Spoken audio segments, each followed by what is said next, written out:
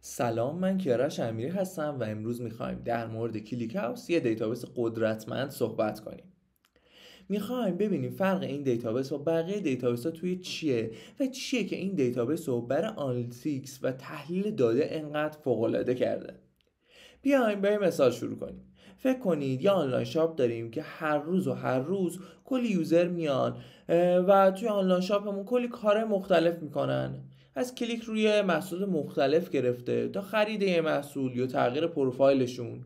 هر بیزینسی هم طبق روال این دیتا ها رو جمع میکنه تا بیان و به یه سری سوالای بیزینسیشون جواب بدن. چه سوالایی؟ مثل اینکه کاربرا چه محصولاتی رو بیشتر از بقیه دوست دارن و یا اینکه بیشتر کجاها میرن.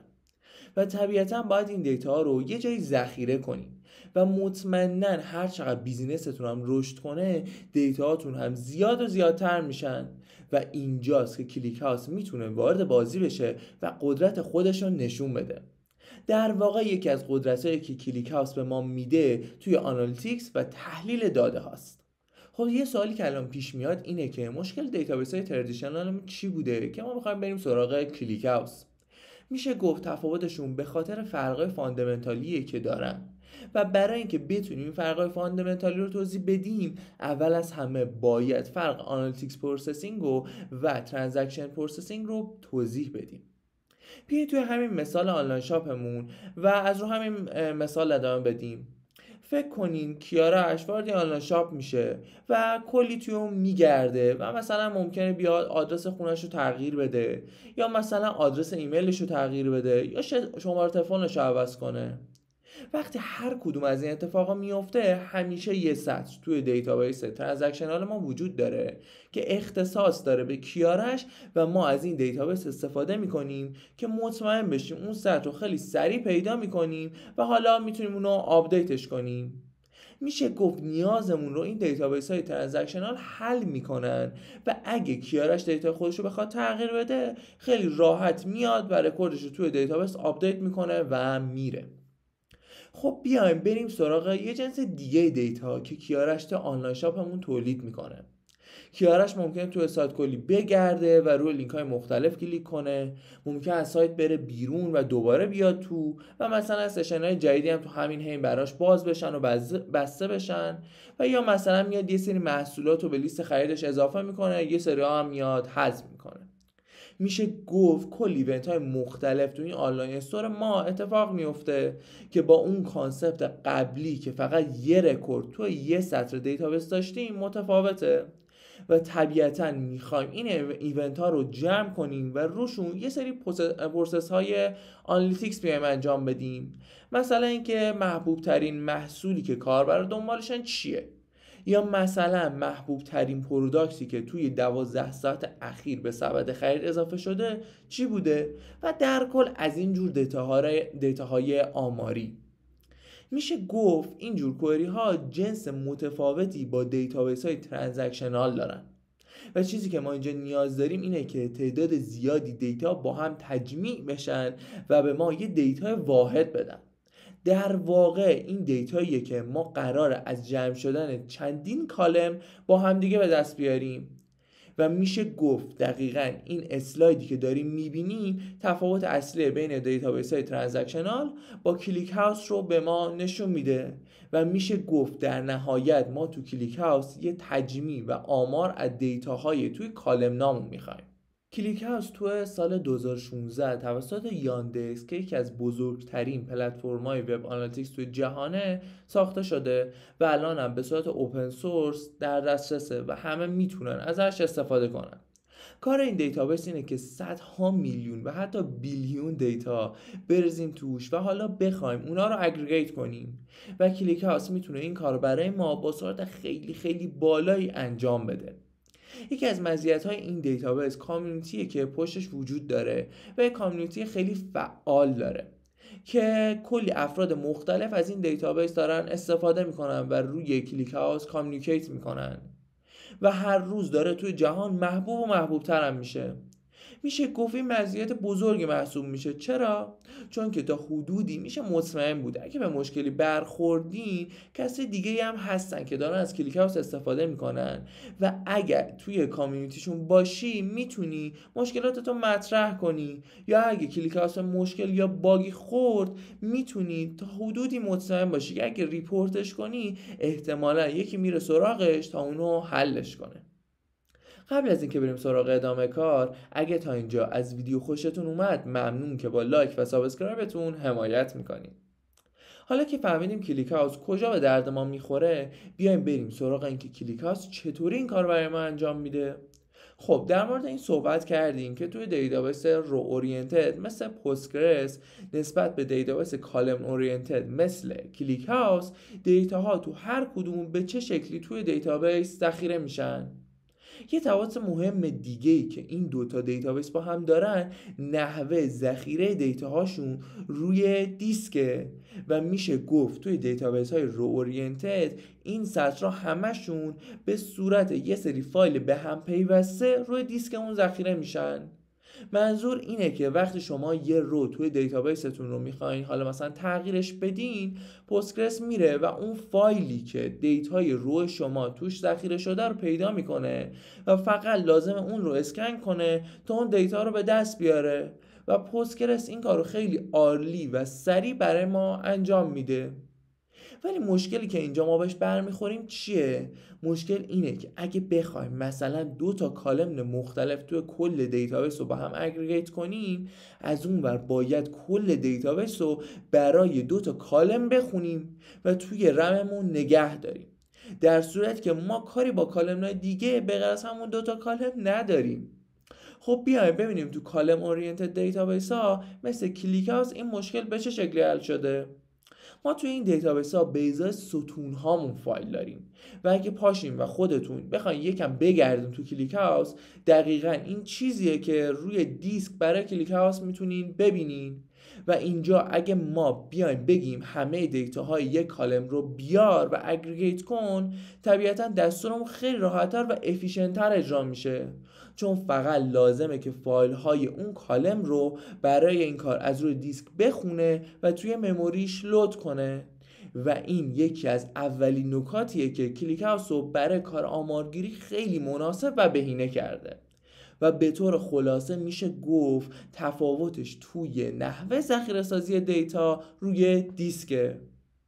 این روش ذخیره کردن دیتا به صورت ستونی فقط مخصوص کلیک هاوس نیست و کلی دیتابیس دیگه هم قبل از این کار رو انجام میدادن، ولی چیزی که اینجا کلیک هاوس رو متمایز میکنه اینه که کلیک هاوس جدا از ذخیره ستون ها در هر فایل، هر ستون رو هم با تایپ مشخص خودش ذخیره میکنه و این به ما این قابلیت رو میده که برای هر تایپ الگوریتم فشرده سازی مخصوص به اون تایپ رو روش داشته باشیم.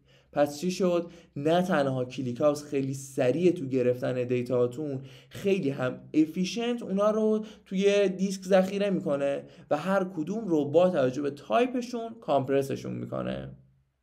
یه پست بلاگ بود که یه بنچمارک گرفته بود در مورد سایز دیتا روی کلیک هاوس مقابل پوستگرس که توی اون 4.5 میلیون رو دیتا توی پوستگرس ریخته بود و وقتی همون دیتا رو توی کلیک هاوس ریخته بود سایز اون دیتا ها روی دیسک نصف شده بودن. و خب این افیشنسی از کجا میاد؟ از اون جایی که همه ستونهای ما یا اینتیجرن یا تایم استمپن یا فلوتن و واسه همین شما میتونید روی هر کدوم از این ستونها بهترین الگوریتم فشرده سازی رو برای اون تایپ پیاده سازی کنید. و همون جوری که میبینید تو این مثال اینجا ما موقع ساخت یه جدول تو کلیک هاوس دقیقاً میتونیم مشخص کنیم که هر ستون چه تایپی داشته باشه و دقیقاً با چه روشی فشرده سازی بشه. مسئله بعدی که میخوایم در موردش صحبت کنیم در مورد پرایمری ایندکس هستش که به ما این قابلیت رو میده که خیلی سریع دیتایی رو که میخوایم رو از روی کلیک هاوس بخونیم. در واقع ما میان یه پرایمری کی مشخص میکنیم، مثلا ستون دیت رو، و کلیک هاوس میاد دیتاهاش رو توی پارت های بین مینیموم و ماکسیموم دیت میریزه و هر پارت یه پرایمری ایندکس پیدا میکنه. یعنی وقتی شما میخواین دیتایی رو برای یه تاریخ خاص بگیرین، کلیک هاوس میره و با پرایمری ایندکس ها چک میکنه که ببینه دیتایی که شما میخواین توی کدوم فایلش هست و در نتیجه سراغ بقیه فایل هایی که دیتاهای مورد نظر شما توش نیستن نمیره. یه کار دیگه ای هم که کلیک هاوس برای بالا بردن سرعت میکنه اینه که از اسپارس ایندکس استفاده میکنه. ما گفتیم که کلیک هاوس از پرایمری ایندکس استفاده میکنه تا فایل هایی که دیتای شما مطمئنا توش نیستن رو اسکیپ کنه. حالا اسپارس ایندکس کجا به ما کمک میکنه؟ اسپارس ایندکس کمک میکنه که توی اون فایل بیاد و سطرهایی رو که میدونه دیتای شما توش نیستن رو اسکیپ کنه. حالا چجوری این کارو میکنه؟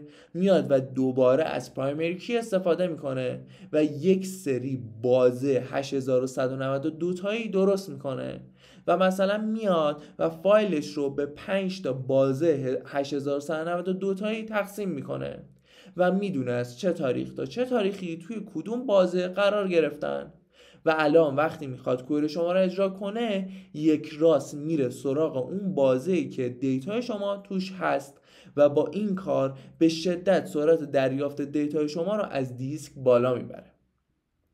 یه کار دیگه ای که باز کلیک هاوس برای بالا بردن سرعت میکنه چیه؟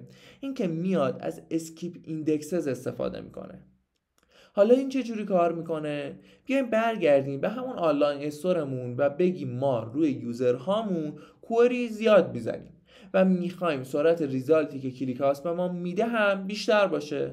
برای همین میایم و برای تیبل توی کلیک هاوسمون ست میکنیم که میخوایم اسکیپ ایندکسزش روی ستون یوزر آیدی باشه. بیایم بگیم ما توی تاریخ 3 ماهه میخوایم دیتای کاربر با آیدی 1234 رو بگیریم. با این فرض بیایم بگیم که مثلا توی کلیک هاوس شما برای این بازه زمانی 10 تا بلاک 8192 تایی دارین.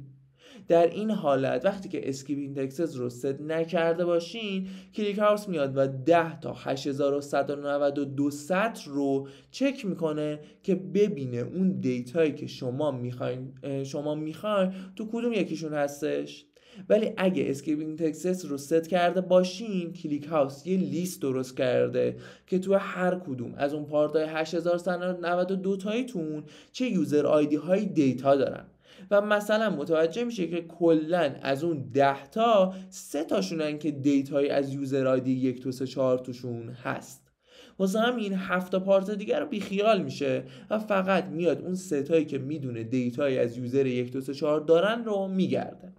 و تو همین سناریو میتونیم بفهمیم که با ست کردن اسکیپ ایندکسز چقدر ریزالت نهایی رو میتونه سریعتر به دستمون برسونه. آخرین چیزی که میخوایم در مورد صحبت کنیم امروز یه کار دیگه ایه که کلیک هاوس برای بالا بردن سرعت انجام میده و میاد کالم ها رو به چندین قطعه میشکونه و هر کدومشون رو روی یه پروسس جدا انجام میده و بعد از اینکه هر بخش اگریگیتش رو انجام داد میاد و نتیجه نهایی پروسساشو با هم یکی میکنه و به ما نتیجه نهایی رو برمیگردونه و مطمئنا این کارم باعث میشه که کلی سرعت پروسساش بالاترم بره. خب بیایم یه مرور سریع بکنیم تا اینجا و ببینیم چرا کلیک هاوس سریعه. اولین نکته که گفتیم اینه که کلیک هاوس ستونها یا کالم ها رو روی دیسک ذخیره میکنه و واسه همینه که کوئری های اگریگیت خیلی سرعتشون روی این دیتابیس بالاست. دوم گفتیم چطوری کلیک هاوس دیتا هامونو با توجه به تایپی که هر کدوم از ستونامون دارن فشرده سازی میکنه. سوم گفتیم چه مکانیزمایی برای ایندکس وجود داره و چطور هر کدوم کمک میکنن که بتونیم سریعتر دیتا رو از دیسک بخونیم. و چهارم کاری هم که گفتیم کلیک هاوس برای بالا بردن سرعت انجام میده این بود که میاد و کالم ها رو به چند قطعه میشکونه و هر کدومشون رو روش یه پروسس جدا انجام میده و در نهایت نتیجه هر کدوم رو جمع میکنه و به شما نشون میده. و میشه گفت کلیک هاوس کلی از این جور کارا و کارهای دیگه انجام میده تا پرفورمنسش رو بالا ببره تا شما هیچ نگرانی سمت پرفورمنسش نداشته باشین. امیدوارم یه دید خوب نسبت به کلیک هاوس پیدا کرده باشین و با مزایاش آشنا شده باشین و حداقل الان شاید بتونین یه شانس به کلیک هاوس تو سیستمتون بدین که شاید بتونه سیستم شما رو خیلی پرسرعت‌تر بکنه و کیفیت محصولتون رو کلی بالا ببره.